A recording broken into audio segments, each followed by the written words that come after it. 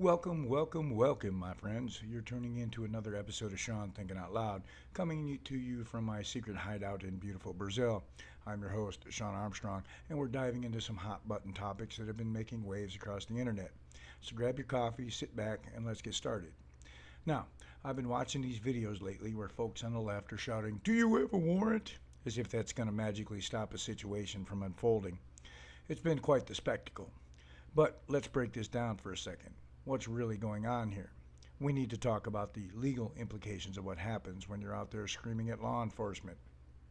Spoiler alert, it might not be as effective as you think.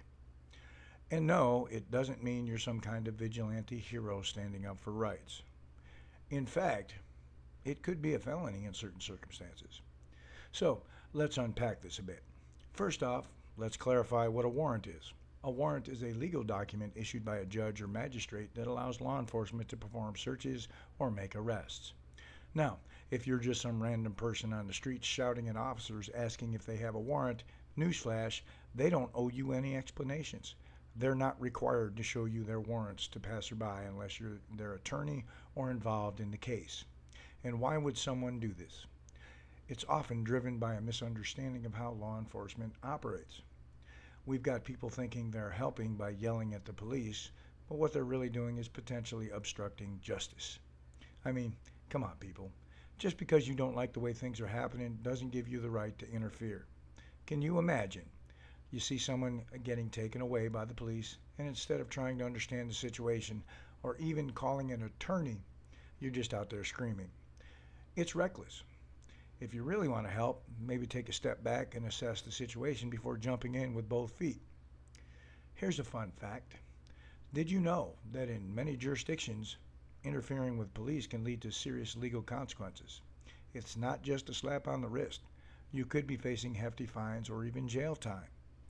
This isn't just about being loud and proud. It's about understanding the legal framework we operate within. As I always say, knowledge is power, and I think we could all benefit from a little more education about our rights and responsibilities in these situations. Remember the quote by Thomas Jefferson, "And informed citizenry is at the heart of a dynamic democracy." So, what are the key takeaways here? First, yelling at ICE agents asking for warrants may not be the heroic act you think it is. It can actually hinder justice. Second, understanding your rights and the law is crucial if you want to make a difference.